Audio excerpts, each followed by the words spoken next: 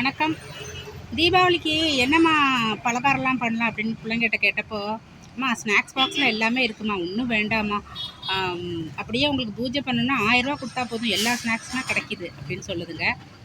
ஆனால் அந்த ஸ்நாக்ஸ் தான் கிடைக்கும். நம்ம அந்த காலத்தில் பண்ண அந்த அது பண்ணும்போது எல்லோரும் ஷேர் பண்ணி பண்ணும்போது சந்தோஷம் கிடைக்குமானா இல்லை. தீபாவளிக்கு பலகாரம் பண்ணுறதுன்னா ஒரு மாதம் முன்னாடியே பிளான் பண்ணிடுவோம். இந்த பலகாரம் பண்ணலாம், அந்த பலகாரம் பண்ணலாம். உங்கள் வீட்டில் என்ன பலகாரம் பண்ணுறீங்க, அக்கா நீங்கள் என்ன பலகாரம் பண்ணுறீங்க, பாப்பா நீ இந்த பலகாரம் பண்ணுறியான்னு அம்மா கூட எல்லோரும் உட்காந்து அதான் இதான்னு ஒருத்தவங்க எண்ணெய் சட்டியில் உட்காந்துருப்பாங்க, ஒருத்தவங்க வேலை பண்ணி கொடுப்பாங்க. பிள்ளைங்க, புருஷன், பொண்டாட்டி எல்லோரும் குடும்பமே சேர்ந்து பலகாரம் பண்ணுவோம். இந்த காலத்து பிள்ளைங்கள பார்க்குறதே கஷ்டமாக இருக்குது. மாடியில் இருந்தால் மாடியிலே தான் இருக்குது. பார்க்குறதுக்கு 2 நாளைக்கு ஒரு வாட்டி தான் பிள்ளைங்களே பார்க்க முடியுது. அவங்களுக்கு ஏன் இந்த அருமை தெரியலன்னா, நான் அந்த காலத்தில் தீபாவளிக்கு மட்டும்தான் ஸ்நாக்ஸ்னால் தீபாவளிக்கு மட்டும்தான்.